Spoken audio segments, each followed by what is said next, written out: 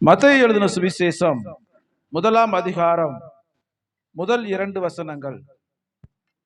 மத்தேயு எழுதின சுவிசேஷம் ஆபிரகாமின் குமாரனாகிய தாவீதின் குமாரனான இயேசு கிறிஸ்துவின் வம்ச வரலாறு. ஆபிரகாம் ஈசாக்கை பெற்றான். ஈசாக்கு யாக்கோபை பெற்றான். யாக்கோபு யூதாவையும் அவன் சகோதரையும் பெற்றான். பிரியமானவர்களே, இந்த ஆண்டவராகிய இயேசு கிறிஸ்துவின் வம்ச வரலாறு, இந்த வார்த்தையை சொல்லி ஜெபம் பண்ணா ஒரு அற்புதம் நடக்குமா? ஒரு அதிசயம் நடக்குமா? நடந்தது. ஆண்டவருடைய வார்த்தை ஒன்று விரயமாய் போனது கிடையாது.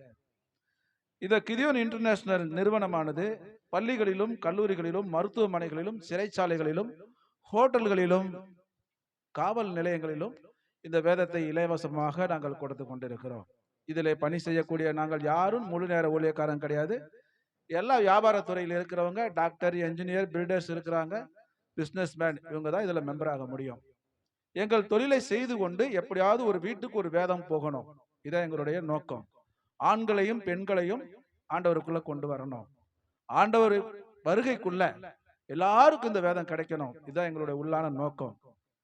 கடந்த ஜனவரி, பிப்ரவரி, மார்ச் 3 மாதத்துக்குள்ள கிட்டத்தட்ட ஒரு 1,00,000 வேத புஸ்தகத்தை பொருட்காட்சியில வச்சு இலவசமாய் கொடுத்தோம்.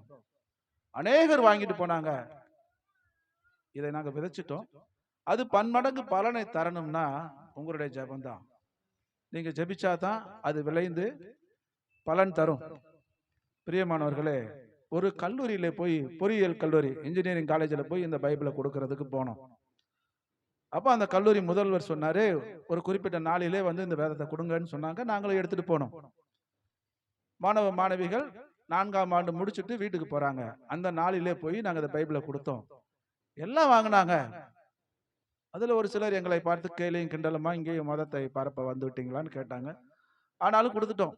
அநேக இடங்களில் விரட்டி அடிப்பாங்க, காவல் நிலையில கொண்டு போய் உட்கார வச்சிருவாங்க, பைபிள் எப்படியும் கிழிப்பாங்க. இதெல்லாம் நடந்துகிட்டு தான் இருக்கு. இருந்தாலும் எப்படியாவது இந்த வேதத்தை நாங்கள் கொடுத்து கொண்டு தான் இருக்கிறோம். உலகெங்கும் இந்த வேதம் கொடுத்து கொண்டு இருக்கிறோம். பிரியமானவர்கள், இப்படி அந்த கல்லூரியில கொடுத்து கொண்டு இருக்கும்போது ஒரு 4 பையனுங்க வந்தானுங்க. கடவுள் இல்லை என்று சொல்லக்கூடிய பையன், கம்யூனிஸ்ட். நேர வந்தான். என்னத்த கொடுக்குற? பைபிளையா? குடு. ஒரு புஸ்தகத்துல என்னதான் இருக்குன்னு பாப்போம் சொல்லி அதுல ஒருத்தர் மட்டும் ஒண்ணு வாங்கினான். வெளியூரை சேர்ந்தவன் சென்னையில ஒரு ரூம் எடுத்து தங்கிட்டு அந்த காலேஜில் படிக்கிறான். ஆண்டவர் அற்புதம் செய்கிறது, ஆவியானவர் இடைப்படுவது வந்து ஒவ்வொருத்தருக்கும் ஒவ்வொரு விதமா செயல்படுவார். இப்ப இந்த பைபிள் அவன் கையில வாங்கிட்டான். வீட்டுக்கு போறான். நல்ல காட்டு பகுதி, பக்கத்துல எங்குமே வீடு கிடையாது. இவன் ஒரு வீடு தான். பக்கத்துல ஒரே ஒரு தாத்தா மட்டும் குடி இருக்கிறார். இப்ப பைபிள் எடுத்துட்டு வீட்டுக்கு போனோடனே பக்கத்துல அந்த தாத்தா கேட்டாரு, என்னடா காலேஜ் முடிஞ்சதா? முடிஞ்சது தாத்தா, இனிமேல் நான் ஊருக்கு போகணும், வேலை செய்யணும். கையில என்னடா வச்சிருக்க அப்படின்னு பைபிள் காலேஜில் கொடுத்தாங்க. அப்ப இந்த ப்ளூ கலர் புஸ்தகத்தை பார்த்துட்டு, பைபிளாப்பா, நல்லது. நேரா சாப்பிட்டான், படுத்தான், தூங்கிட்டான். அவனுக்குள்ள ஆண்டவர் வேலை செய்ய ஆரம்பிச்சார். இந்த கிறிஸ்தவங்க எதற்காக டிவியில பேசுறாங்க, சாலை ஓரங்களில் நின்று டிராக்ஸ் கொடுக்குறாங்க, செல்போன்ல வர்றாங்க, இன்டர்நெட்ல எல்லாத்துலயும் வர்றாங்க. இப்ப நம்ம காலேஜ்ல வந்து இந்த பைபிளை கொடுத்துட்டாங்க. நம்ம கடவுளே இல்லைன்னு சொல்லிக்கிட்டு இருக்க ஆளு, ஆனா இயேசு உண்மையான கடவுளா இருப்பாரான்னு ஒரு சந்தேகம் வந்துச்சு. வந்தோட என்ன பண்ணா, இயேசுவே, நீங்க உண்மையான கடவுளா இருந்தா இன்னைக்கு 12 மணிக்கு என் வீட்டு கதவை யாராவது தட்டணும், தட்டினா நீங்க தான் கடவுள், அவ்வளவுதான் சொன்னான். சொல்லிட்டு படுத்துட்டான். இந்த பைபிளை திறந்து பார்த்தா அந்த 2 வசனம் முதல்ல மத்தேயு எழுதின சுவிசேஷத்துல படிச்சு பார்த்தான். என்ன வம்ச வரலாறு தானே அப்படின்னு சொல்லிட்டு படுத்துட்டான். நல்லா தூங்கிட்டு இருக்கான். கரெக்டா 12 மணி ஆச்சு. கதவை தட்டுறாங்க. எந்திரிச்சான், பைபிளை கையில வச்சுட்டான், கிடுகிடுன்னு நடுங்குறான். இது வரைக்கும் நம்ம 4 வருஷமா இந்த ரூம்ல தங்கி இருக்கிறோம், யாருமே வந்ததில்லை. 10 மணிக்கு அப்புறம் 12 மணிக்குன்னு சொல்லிட்டு படுத்தோம். அதே நேரத்துல வந்து கதவை தட்டுறாங்களே, இயேசுப்பா நீங்க தான் உண்மையான கடவுளு அப்படின்னு சொல்லி ஆண்டவரை ஏத்துக்கிட்டான். மறுபடியும் கதவை தட்டுறாங்க. ஒருவேளை இயேசுதான் வந்துட்டாரோ? போய் கதவை திறந்து பார்க்கறான். அந்த பக்கத்து வீட்டு தாத்தா அழுதுகிட்டு நிற்கிறாரு. என்ன தாத்தா அப்படின்னா, அடே பாட்டிக்கு உடம்பு சரியில்லடா, என்ன செய்யறதுன்னே தெரியலடா. அப்ப இவன் சொல்றான், தாத்தா மணி 12 ஆகுது, இங்க எங்கேயுமே ஹாஸ்பிட்டல் கிடையாது, மெடிக்கல் ஷாப்பும் கிடையாது, என்ன தாத்தா செய்யலாம்? அட உர்றா, நீ ஒரு பைபிள் கொண்டு வந்தேல, அது ஆண்டவர் புஸ்தகம் தானே சொன்ன, வா அதை எடுத்துட்டு வா, பாட்டிக்கு ஏதாவது வேண்டிக்க. 2 வசனம் தான் படிச்சிருக்கிறான் அந்த பைபிளை கையில வாங்கி. ஆனா அவனுக்குள்ள என்ன ஒரு உணர்வுனா, ஆண்டவர் இயேசு உண்மையான கடவுள் அப்படின்னு நினைச்சிட்டான். உண்மைதான். இந்த பைபிள் எடுத்துட்டு நேர பாட்டிட்ட போய் ஏதாவது செய்யலான்ட்டு போனான். அங்க போய் பார்த்தா பாட்டிக்கு ஏதோ உடம்பு சரியில்லை, ஜுரம் ஏதாவது இருக்குன்னு பார்த்துட்டு போனா, அங்க போனா பாட்டி பச்சை ஒரு 10 நிமிஷம் தான், கொஞ்ச நேரத்துல செத்து போயிடும். அப்படி வாயில நுர தள்ளிட்டு கை கால் இழுத்துக்கிட்டு இருக்கு. தாத்தா ஒரு பக்கம் அழுவுறாரு. இவனுக்கு என்ன செய்யறதுன்னே தெரியல. இந்த பைபிளை எடுத்தான், அந்த அம்மா தலையில கொட்டி வச்சான். இந்த 2 வசனத்தை படிச்சான். ஆபிரகாமின் குமாரனாகிய அந்த வசனத்தை சொல்லி, ஏசப்பா இந்த அம்மா சுகமாக்குங்க, அவ்வளவுதான் சொன்னான். சொல்லிட்டு வந்துட்டு மூட்டை முடிச்செல்லாம் கட்டிட்டு காலையில சீக்கிரம் ஊருக்கு போயிடுவோம், பாட்டி நிலைமை ரொம்ப மோசமா இருக்கு அப்படின்னு சொல்லிட்டு கட்டி வச்சுட்டு படுத்துட்டான். காலையில ஒரு 7 மணி இருக்கும், கதவை தட்டுறாங்க. திறந்து போய் பார்க்கறான், பாட்டி போயிடுச்சு போல. தாத்தா தான் வந்து நிக்கிறார். அதே தாத்தா தான் நிக்கிறார். என்ன தாத்தா, என்னடா ஊருக்கு கிளம்பிட்டியா? ஆமா தாத்தா. தாத்தா தெளிவா இருக்காரு. இவன் பயந்துகிட்டே பாக்குறான். என்ன தாத்தா? பாட்டி உனக்கு டிபன் ரெடி பண்றா, சாப்பிட்டுட்டு போ. அல்லேலூயா. பிரியமானவர்களே, இலவசமாய் கொடுத்த வேத புஸ்தகம் அந்த பையன் வேண்டா வெறுப்பா வாங்கிட்டு போனா. இன்றைக்கு 3 திருச்சபைக்கு அவன் பாஸ்டரா இருக்கிறான். பிரியமானவர்களே, இலவசமாய் கொடுக்கிறோம். அநேக இடங்கள்ல விரட்டி அடிக்கப்படுறோம். எங்க போய் பைபிளை கொடுத்தாலும் மதம் மாத்திரியா, உடனே வீடியோ எடுத்து Facebookல எல்லாத்துலயும் போட்டு விட்டுறாங்க. உங்களுடைய ஜெபம் தான் எங்களை பாதுகாத்து கொண்டு இருக்கிறது. பிரியமானவர்களே, ஒவ்வொரு வாரமும் ஒவ்வொரு ஹாஸ்பிட்டல்ல நாங்க கொடுத்துக்கிட்டு இருக்கிறோம். ஸ்டான்லி ஆஸ்பத்திரி, ஜிஎஸ்சி மருத்துவமனை, இப்படி எல்லா ஹாஸ்பிட்டலையும் நாங்க கொடுக்கிறோம். பிரியமானவர்களே, நாங்களும் ஒரு சபையை சேர்ந்தவங்க தான். ஒவ்வொரு நாளும் நாங்க ஒவ்வொரு சபைக்கு போனோம். எங்க குடும்பத்தோட சபைக்கு போறது கிறிஸ்துமஸ் அப்ப போவோம், நியூ இயருக்கு போவோம். மற்ற நாள்ல எங்களை இப்படி சபைக்கு அனுப்பிடுவாங்க. இந்த நிறுவனமானது 110 வருஷங்களாக இயங்கி கொண்டிருக்கிறது. 200 நாடுகள்ல 200 மொழிகளில் அச்சிட்டு இலவசமாய் வழங்குறாங்க. இந்த ஊழியம் ஆரம்பிக்கப்பட்டது எப்படி? பிரியமானவர்களே, ஜான் நிக்கல்சன் ஒரு சகோதரர், நல்ல வாலிப மனுஷன். அவங்க அம்மா மரிக்கும் தருவாயில மகனை கூப்பிட்டாங்க. அப்பா, நான் இன்னும் கொஞ்ச நேரத்துல ஆண்டவர்கிட்ட போயிடுவேன், எனக்கு ஒரு வாக்கு கொடு. அப்ப அந்த ஜான் நிக்கல்சன், அம்மா சொல்லுங்கம்மா, நான் செய்யறேன். தினமும் காலையிலையும் இரவு நேரத்திலையும் ஜெபம் பண்ணிட்டு இந்த பைபிளை படிச்சுட்டு நீ தூங்கு, அவ்வளவுதான். அம்மா இறந்துட்டாங்க, ஆண்டவருக்குள்ள போயிட்டாங்க. அம்மாவுக்கு கீழ் படிக்கிற மகன் தினமும் என்ன பண்ணுவாரு? பைபிளை படிக்கிறது நோக்கம். ஒரு நாள் வியாபார விஷயமா வெளியூருக்கு போயிருக்கிறார். அப்போ ஒரு அங்க ஹோட்டல்ல ரூம் எடுத்து தங்குறாங்க. ஃபாரின்ல எல்லாம் ரூம் பெருசு பெருசா இருக்கும். அப்ப இவர் போய் ஒரு ரூம் தங்கும் போது ஒரே ஒரு ரூமுக்கு 2 பேர் சேர்ந்து கேட்கறாங்க. அந்த ரூமை 2 பேர் ஷேர் பண்ணி அந்த ரூம்ல தங்கி இருக்கிறாங்க. இவர் வழக்கம் போல இந்த பைபிள் எடுத்து படிக்கிறார். அப்ப கூட சாமுவேல் கில்லுன்னு ஒருத்தர் தங்குறார். என்ன புஸ்தகம்ப்பா படிக்கிற? பைபிள். கொண்டா, நானும் படிக்கிறேன். 2 பேர் சேர்ந்து படிச்சாங்க. Samuel kill, William nights. 2 பேர் படிச்ச கொஞ்ச நேரத்துல அவங்களுக்குள்ள ஒரு தூண்டுதல். இந்த ஒரு வேத புஸ்தகத்தை நம்ம 2 பேர் படிக்கிறோம். இந்த ஹோட்டல்ல எத்தனை ரூம் இருக்கும்? காலையில எல்லா ரூம்லயும் ஒரு பைபிள் வாங்கி வச்சுக்கலாம் அப்படின்னு ஒரு ஆண்டவருடைய தூண்டுதல் வந்தது. காலையில அவங்க 2 பேரும் சேர்ந்தாங்க. 3வது சாமுவேல் கில்லுன்னு ஒருத்தர் வந்தார். 3 பேர், சாமுவேல் கில், வில்லியம் நைட்ஸ், இன்னொரு சகோதரர், 3 பேர் சேர்ந்து என்ன பண்ணாங்க? இந்த வேதத்தை வாங்கி அந்த ஹோட்டல் ஃபுல்லா வச்சாங்க. அதுக்கப்புறம் என்ன பண்ணாங்க? ஜெபம் பண்ணாங்க. அந்த ஊர்ல இருக்க எல்லா ஹோட்டல்லையும் வாங்கி வச்சாங்க. அன்றைக்கு ஆரம்பிக்கப்பட்ட ஊழியம் தான் இந்த கிரியோன் இன்டர்நேஷனல். 200 நாட்டுல 200 மொழிகள்ல அச்சிருக்கப்பட்டு எல்லாமே இலவசமாய் தான் கொடுக்குறாங்க. இதுல வேலை செய்யறவங்க எல்லாமே பிசினஸ் மேன் தான். பிரியமானவர்களே, இப்படி இந்த வேதம் கொடுக்க கொடுக்க அநேக இடங்கள்ல கிரியை செய்து கொண்டிருக்குது. அநேக சாட்சிகள். ஆவடி ரயில்வே ஸ்டேஷன்ல பத்மா சீனு ஒரு அம்மா, பத்மா சீனு பிராமின், அவங்களுடைய வேலை என்னன்னா, பச்சை கொடி காட்டி ட்ரெயினை வரவேற்பாங்க, சிவப்பு கொடி காட்டி நிறுத்துவாங்க, மறுபடியும் பச்சை கொடி காட்டி அனுப்புறது அந்த அம்மாவுடைய வேலை. இப்படி அந்த அம்மா அந்த வேலையை செஞ்சுக்கிட்டு இருக்காங்க. 3 வருடத்துக்கு முன்பாக அவருடைய கணவர் மரிச்சிட்டார், ஹார்ட் அட்டாக். இந்த அம்மாவுக்கு 2 குழந்தைங்க, 7ஆம் வகுப்பு 9ஆம் வகுப்பு படிக்கிற பிள்ளைங்க வச்சுட்டு இந்த அம்மா வேலை செஞ்சுக்கிட்டு இருக்கிறாங்க. யாரோ ஒருத்தர் இந்த வேதத்தை கொண்டு வந்து அந்த இடத்துல ஸ்டேஷன்ல போட்டு போயிட்டாங்க. அப்ப சிகப்பா இருக்கும், 1972 75 எல்லாம் சிகப்பு கலரா இருக்கும். வச்சுட்டு போனோடனே இந்த அம்மா இந்த பைபிள் எடுத்துட்டு ஸ்டேஷன் மாஸ்டர்கிட்ட போய் யாரோ கொடுத்துட்டாங்க, ஐயா போட்டு போயிட்டாங்க அப்படின்னோடனே, அம்மா இது புஸ்தகம் இல்லம்மா பைபிள்னோடனே அப்படி கீழே போட்டாங்க. இயேசுனா எனக்கு பிடிக்காது, கிறிஸ்தவங்க பிடிக்காது. சரிம்மா உனக்கு பிடிக்கலன்னா விடுமா, இதை கொண்டு ஸ்டோர் ரூம்ல போடு, யாராவது கேட்டா கொடுக்கலாம் அப்படின்னு சொல்லிட்டாங்க. இந்த அம்மா பேக்ல எடுத்து வச்சுட்டு ஸ்டோர் ரூம் போனாங்க. சாவி இல்லை. 1 வாரமா இந்த அம்மா பேக்ல இருக்கும் பொழுது இந்த அம்மாவுக்கு ஹார்ட் அட்டாக் வந்துருச்சு. வந்த உடனே கொண்டு ஹாஸ்பிட்டல்ல சேர்த்தாங்க. டாக்டரு 3 டாக்டர் 4-5 நர்ஸ் சுத்தி நிக்கிறாங்க. அம்மா உனக்கு 3 இடத்துக்கு மேல அடப்பு இருக்குமா, தாங்காது, இன்னும் 15 நிமிஷத்துல நீ செத்து போயிடுவ, ஒரே வார்த்தை சொல்லிட்டாங்க. 1975 76 அந்த டைம்ல. அப்பதான் அந்த ப்ளூ கலர்ல புஸ்தகம் வரல, சிவப்பு வந்தது. இந்த அம்மா அழுகுறாங்க. அவங்க டாக்டர் சொல்றாங்க இன்னும் 10 நிமிஷம் தான் இருக்கு. திருப்பி பதில் சொல்ல முடியல, இந்த அம்மாவால பேச முடியல.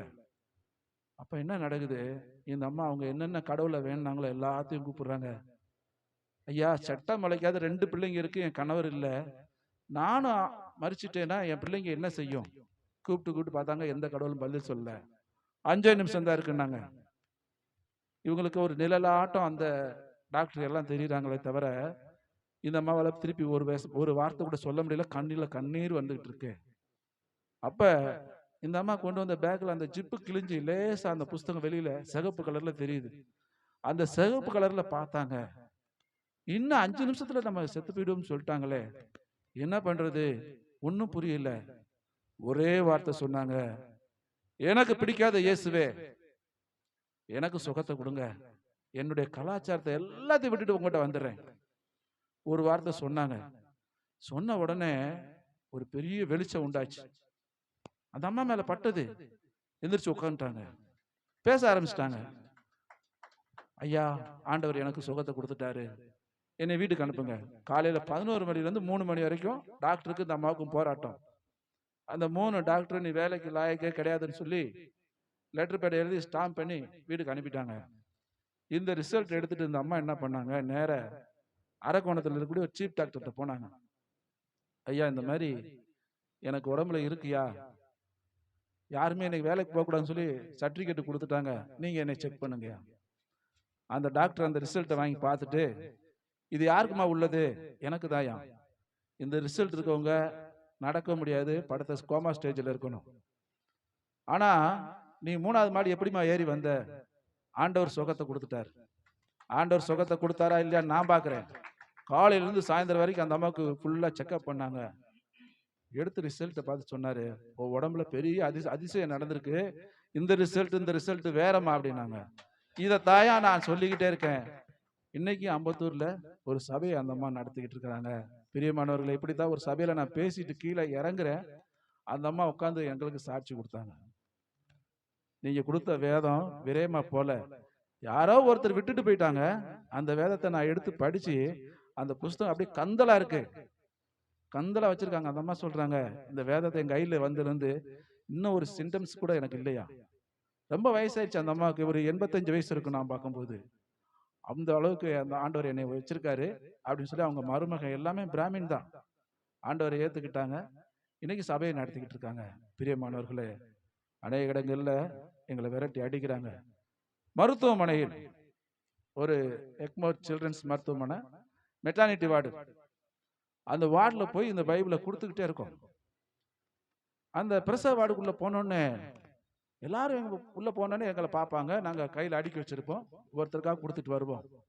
இயேசு ஆண்டவர் நல்லவர் அப்படின்னு சொல்லி கொடுக்கும்போது, ஒரு துளசின்னு ஒரு அம்மா, வயசான அம்மா நேரா வந்தாங்க, பைபிளை பிடிக்கிட்டாங்க கையில இருந்து. எதுக்கு இந்த புஸ்தகத்தை கொடுக்குற, உங்க இயேசு என்ன செய்வார், எதுக்காக கொடுக்குறீங்க அப்படின்னு சொல்லி பிடிச்சிட்டாங்க. நம்ம ஆண்டவருடைய வார்த்தையை கொடுக்குறோம்மா, அதுக்கேமா தடை பண்றீங்க அப்படின்னு அழுதாங்க. என்னம்மா சொல்லுங்க. ஐயா, 15 வருஷமா என் மகளுக்கு குழந்தை இல்லையா, இப்ப மாசமா இருக்கா, டெலிவரி கொண்டாந்து சேர்த்துருக்கோம். சரிம்மா, டாக்டரு அந்த பிள்ளைக்கு ஆபரேஷன் பண்ண முடியாது சொல்லிட்டாங்க. தானாய் பிறக்கிறதுக்கு வழி இல்லை, ரத்த கொதிப்பு அதிகமா இருக்கு. உங்க ஆண்டவரால முடியுமா? ஒன்னும் சொல்லல. நாங்க, நீங்கள் விசுவாசித்தால் தேவனுடைய மகிமையை காண்பீர்கள், அவ்வளவுதான் சொல்லிட்டு ஒரு ஜெபம் பண்ணிட்டு வந்துட்டோம். இதுல முன் பக்கத்துல வந்து எங்களுடைய போன் நம்பரை ஸ்டாம்ப் பண்ணிருப்போம். சரியா 2 மணி இருக்கும். ஐயா, நான் துளசி பேசுறேன்னு சொல்லி அந்த அம்மா போன் பண்ணாங்க எங்களுடைய பிரசிடென்ட்டுக்கு. என்னங்கம்மா சொல்லுங்கம்மா, இந்த மாதிரி எக்மோர் சில்ட்ரன்ஸ் ஹாஸ்பிட்டல்ல உங்க பைபிளை கொடுத்தாங்கய்யா. சரிங்கம்மா, இயேசு உண்மையான கடவுள் நாங்க, சொல்லுங்கம்மா.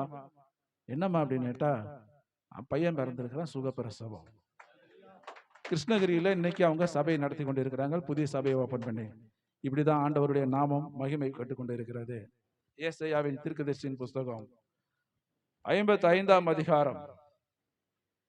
ஏசாயா தீர்க்கதரிசியின் புஸ்தகம் 55ஆம் அதிகாரம் 10-11.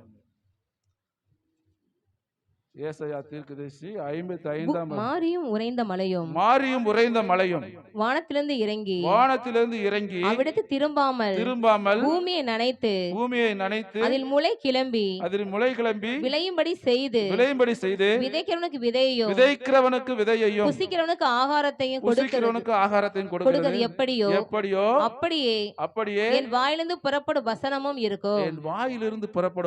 வசனமும் இருக்கும். அது வெறுமையாய் திரும்பாமல் அதை நான் விரும்புகிறதை செய்து நான் அதை அனுப்பும் காரியம் வாய்க்கும்படி காரியம் வாய்க்கும். ஆண்டவருடைய வார்த்தை விரயமாய் போகாது. பிரியமானவர்களே, ஒரு சபையில போய் பேசிட்டு இருக்கேன். அந்த பாஸ்டர் சொல்றார், ஐயா, என் சபையில ஒருத்தன் இந்த மைக்கு இதெல்லாம் செட் பண்ணிக்கிட்டு இருப்பான், இன்னைக்கு ஒரு சபை ஆரம்பிச்சிட்டேன் ஐயா. சரிங்கய்யா, நல்லது தானே? ஆமையா, இப்ப அவன் ஒரு இந்த ஃபுல் பீட் செஞ்சிருக்கான் ஐயா, 1.25 லட்சம் ரூபாய்க்கு. பிரியமானவர்களே, ஒரு சபையில வேலை செஞ்சவரு இன்னொரு சபை போய் நடத்திக்கிட்டு இருக்கிறாரு, இந்த ஃபுல் பீட் 1.25 லட்சம் ரூபாய்க்கு செஞ்சிருக்காருயா அப்படின்னு சொல்லிட்டு சந்தோஷமா சொன்னாரு. என்னங்க சொல்றீங்கன்னா, அவர் சொல்றாரு, அவன் அப்படி ஆளு. என்னையா நடந்ததுன்னு கேட்டேன். ஒரு நாள் எங்க சபையில ஆண்டு விழா வச்சிருந்தோம். அந்த ஆண்டு விழாவுக்கு ஒவ்வொருவருக்கும் ஒரு பொறுப்பு கொடுத்தோம். ஒரு 4 பேர் சாப்பாடு செலவு எடுத்துக்கிட்டாங்க. இப்படி நிறைய செலவுகள் எல்லாத்தையும் ஆளா பகிர்ந்துக்கிட்டாங்க. அவனை கூப்பிட்டேன், தம்பி நீ என்னடா எடுத்துக்கிறன்னு கேட்டேன். ஐயா நீங்க சொல்லுங்க, நீ போர்டு ரெடி பண்ணி கொண்டு வந்துருவா வசனத்தை. சரின்னு போயிட்டான். அவனுக்கு வேலை கிடையாது, எந்த வருமானம் இல்ல, சும்மாதான் இருக்கிறான். ஆனா பாஸ்டர் சொல்லிட்டார், எனக்கு இதை செஞ்சு கொண்டு வான்னு. அவன் என்ன பண்ணா, போனா கையில காசு இல்ல, போர்டை ரெடி பண்ணி கொண்டு வந்துட்டான். சோகமா இருந்தான். ஆண்டு விழா முடிஞ்சிருச்சு. முடிஞ்ச பிறகு பாஸ்டர்ட்ட வந்து ஒரு பையன் சொல்றான், ஐயா, அவன் அந்த போர்டை எப்படி ரெடி பண்ணி வசனத்தை கொண்டு வந்தான் தெரியுமா ஐயா? தெரியாதுப்பா, அவன் ரத்தத்தை கொடுத்து அந்த காசுல அந்த போர்டை ரெடி பண்ணி கொண்டு வந்தான். இன்னைக்கு நம்ம சபைக்கு என்ன செஞ்சுக்கிட்டு இருக்கிறோம்? அதனாலதான் ஆண்டவர் அவனை உயர்த்தி இருக்கிறாரு. சபையில அவன் 300-400 பேர் வரக்கூடிய சபையை நடத்திக்கிட்டு இருக்கிறான். இன்னும் அவன் வளருவாயா? பிரியமானவர்களே, இந்த வசனத்தை இன்னும் நல்லா பார்க்கலாம். மாறி உறைந்த மலையும் வானத்திலிருந்து இறங்கி அவ்விடத்துக்கு திரும்பாமல் பூமியை நனைத்து அதில் முளை கிளம்பி விளையும்படி செய்து விதைக்கிறவனுக்கு விதையும். முதலாவது விளைச்சலின் முதல் பலன் யாரு கொடுக்கணும்? கர்த்தருக்கு கொடுக்கணும்னா இங்க எங்க கொடுக்கணும்? பாஸ்டருக்கு தான் கொடுக்கணும். நம்மளுடைய முதல் பலனை ஆண்டவருக்கு கொடுக்கும் பொழுது நம்முடைய கையின் பிரயாசம் முழுமையாக ஆசீர்வதிக்கப்படும். பிரியமானவர்களே, ஒரு சமயம் நான் சின்ன வயசுல கொஞ்சம் டெய்லர் வேலை செய்வேன் எக்ஸ்போர்ட் கம்பெனியில. அப்படி செஞ்சுக்கிட்டு இருக்கும்போது எங்களுக்கு வேலை இருந்தா சம்பளம், இல்லைன்னா சும்மா தான் இருக்கணும். இப்படிப்பட்ட சூழ்நிலையில போய் ஒரு வாரத்துக்கு 200 ரூபாய்க்கு மேல கிடைக்காது எங்களுக்கு. ஓனர்கிட்ட கேட்டா, ஐயா எங்களுக்கு மாசம் ஒரு 1000 ரூபாய் சம்பளம் கொடுங்க அப்படின்னு கேட்டோம். அவர் சொன்னாரு 900 ரூபாய் தரேன், இல்லைன்னா கம்பெனி விட்டு போங்க அப்படின்ட்டார். சனிக்கிழமை. நான் ஞாயிற்றுக்கிழமை சர்ச்சுக்கு போறேன். என் மனைவி நான் இருக்கோம். கையில எந்த காசு கிடையாது, ஒரு 5 ரூபா மட்டும் பாக்கெட்ல வச்சிருக்கேன். அந்த ஆராதனை முடிஞ்சோடனே காணிக்கை எடுத்தாங்க. அந்த 5 ரூபாய் எடுத்துட்டு, ஆண்டவரே என்கிட்ட எதுவுமே இல்லை, இப்ப என்கிட்ட இருக்கத முழுசா கொடுத்துறேன்னு சொல்லி அந்த 5 ரூபாய் காணிக்கை போட்டு வந்துட்டேன்.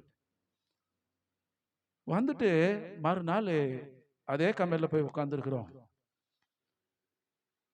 வேலை இல்லை, சும்மா தான் இருக்கிறோம். அப்ப கூட வேலை செய்யற சகோதரர் ஒருத்தர் என்ன பண்ணாரு, அண்ணே எதுக்கு இங்கேயே உட்கார்ந்துருக்கிறோம், வாங்க வேற கம்பெனிக்கு போலாம்னு சொல்லி கூட்டிட்டு போனாங்க. அங்க ஒரு தெரிஞ்சவர் இருந்தாரு. போய் உட்காந்தோம், வேலை செஞ்சோம், வேலையில ஜாயின் பண்ணிட்டோம். ஆனா சம்பளம் எவ்வளவுன்னு எங்களுக்கு தெரியல. மதியானம் போல சொல்றாங்க, உங்களுக்கு 1500 ரூபாய் சம்பளம். 1500 ரூபாய் சம்பளம். நீங்க லீவ் போடாம வந்தீங்கன்னா அது ஒரு 200 ரூபாய் கொடுப்பாங்க. ஃபர்ஸ்ட் பேர் 100 ரூபாய், 1800 ரூபாய் கொடுப்பாங்க. கையில இன்னைக்கு நான் கையில இருக்க பணத்தெல்லாம் போடணும்னா லட்சக்கணக்கில் போடணும்.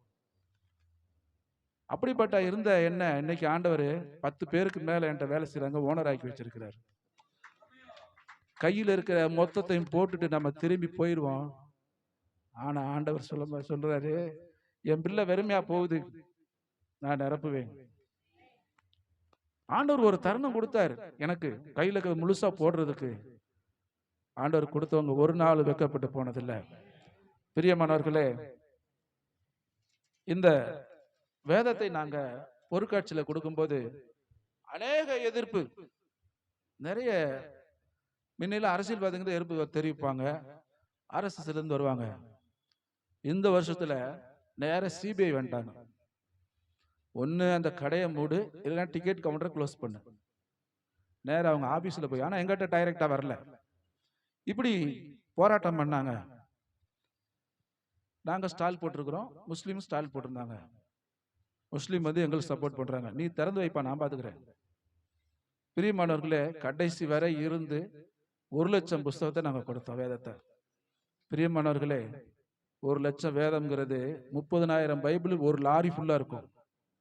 ஒவ்வொரு நாளும் அதை கொடுக்கக்கூடிய ஆட்களை ஆண்டவர் அனுப்புனாரு. ஒவ்வொரு நாளும் கொடுத்தோம். ஒரு முஸ்லீம் சகோதரர் தூரமா நின்றுகிட்டு அழுதுகிட்டு இருந்தார். என்னையா அழுறீங்க அப்படின்னு சொல்லி பக்கத்துல வந்தாரு. கேட்டோம், இந்த பைபிள் எவ்வளவு மகத்துவம் உள்ளதுன்னு எங்களுக்கு தெரியும்யா, ஆண்டவர் உண்மையான கடவுள் இயேசு கிறிஸ்து அப்படின்னாரு. என்னம்மானே, கடந்த சில வருடங்களுக்கு முன்பாக இந்த பாரிஸ் பக்கத்துல ஒரு ஸ்கூல், அந்த ஸ்கூல்ல ஒரு டீச்சரை வந்து ஒரு மாணவன் கத்தியால குத்தி கொன்னுட்டான். எல்லாருக்கும் தெரியும். அந்த பையனுக்கு, அந்த குத்துனவனுடைய ஃப்ரெண்டு ஒருத்தன் பக்கத்துல இருந்தவனுக்கு அதை பார்த்ததுனால அப்படியே ஒரு மாதிரி ஆயிட்டான். பைத்தியம் பிடிச்ச மாதிரி ஆனவன் வீட்டில் போனா இப்படியே தான் உட்காந்துருப்பான். ஸ்கூலுக்கு போல 2-3 வருஷமா இப்படியே உட்காந்துக்கிட்டே இருக்கவனுக்கு அந்த ஸ்கூல்ல நாங்கள் பைபிள் கொடுத்தா அவன் வாங்கிட்டு போய் வீட்டில் வச்சிருக்கிறான். ஒரு நாள் என்ன பண்ணியிருக்கிறான், இப்படி பார்த்துக்கிட்டே இருக்கும்போது டிவிக்கு பக்கத்தில் அந்த புக்கு திறந்து ஃபேன் காத்துல இப்படி ஆடிக்கிட்டே இருந்ததான். பேச மாட்டான் யாரு கூடயும், சோறு வச்சா சாப்பிடுவான். இப்படிப்பட்டவன் இந்த பைபிளை பார்த்துட்டு இப்படி இப்படி கையை காட்டியிருக்கான். அவங்க அம்மா பார்த்துட்டு எதுவுமே செய்ய மாட்டேன்னு இப்படி விரல காட்டுறானே என்னன்னு கேட்டோன்னே, அந்த புஸ்தகத்தை காட்டினோன்னே பைபிள் எடுத்து கையில கொடுத்துட்டாங்க. கொஞ்சம் அதை திறந்து படிக்க ஆரம்பிச்சிட்டான். என்னடா இதுவுமே செய்ய மாட்டான், படிக்கிறானே அப்படின்னு பார்த்தா கொஞ்சம் கொஞ்சமா நல்லாயிடுச்சு. நல்லானோன்னு அந்த ஐயா சொல்றாரு, இன்னைக்கு ஸ்கூலுக்கு போறான் அவன், வேத வார்த்தை வீணா போகாது, ஆண்டவர் சுகத்தை கொடுத்தார். இப்படி பல்வேறு வகைகளில் நாங்கள் இந்த வேதத்தை கொடுக்கிறோம். லேடிஸ் ஹாஸ்டல், பெண்கள் மாத்திரம் தங்கி இருக்கக்கூடிய ஒரு லேடிஸ் ஹாஸ்டல்ல போய் பைபிளை கொடுத்தோம். இந்த இங்கிலீஷ் நல்லா அழகா இருக்கும், சங்கீத நீதிமொழிகளோட. இதை கொடுத்த உடனே அங்க இருக்கிற ஒரு பொண்ணு, அவ பேர் விஜயா, இதை வாங்கிட்டா. வாங்கிட்டு ஒரு நாள் நைட்ல எடுத்து படிச்சுக்கிட்டு இருக்கா. தூக்கம் வரல, நல்லா படிச்சுக்கும் போது அந்த லேடிஸ் ஹாஸ்டலுக்குள்ள ஒரு திருடன் வந்துட்டான். திருடன் வந்தவன் ஏதாவது கிடைக்குமான்னு தேடுறான். சின்ன பையன், நல்ல வாலிப பையன் தேடுறானே, இவ அந்த இருட்டுக்குள்ள பார்த்துட்டா. என்ன ஒரு பையன் மாதிரி தெரியுது அப்படின்னு பார்த்த உடனே, லேடிஸ் மட்டும்தானே இருக்கும், வார்டனும் லேடிஸ் தான். ஆனா அந்த ஆம்பளைய பார்த்த உடனே திருடன் திருடன் திருடன் கத்திட்டா எல்லா பசங்களும் எந்திரிச்சிட்டாங்க. இருந்தவன் அந்த பைபிளை தூக்கி விசிறி அடிச்சு அவன் மேல. அவன் அந்த பைபிளை பிடிச்சிட்டு ஓடிட்டான். ஓடுனவன் பைபிளை படிக்க ஆரம்பிச்சான். ஆண்டவரை ஏத்துக்கிட்டான், நல்லா படிச்சான், நல்ல வேலையும் கிடைச்சது, கல்யாணம் ஆயிடுச்சு. கல்யாணம் ஆன உடனே மனைவி ஒரு நாள் கேட்டாங்க, நீங்க எப்படிங்க ஆண்டவரை ஏத்துக்கிட்டீங்க அப்படின்னு. உடனே, அம்மா நான் மாதிரி எங்க குடும்பத்துல எல்லாமே ஆண்டவரை ஏத்துக்கல, நான் மட்டும் திருட போனேன், தப்பா நினைக்காத, திருடியாவது படிக்கலான்னு போனேன், இந்த பைபிளை தூக்கி ஒரு பொண்ணு மேல அடிச்சிட்டாமா. எங்கங்க அப்படின்னு. உடனே, இந்த ஹாஸ்டல்ல அப்படின்னா.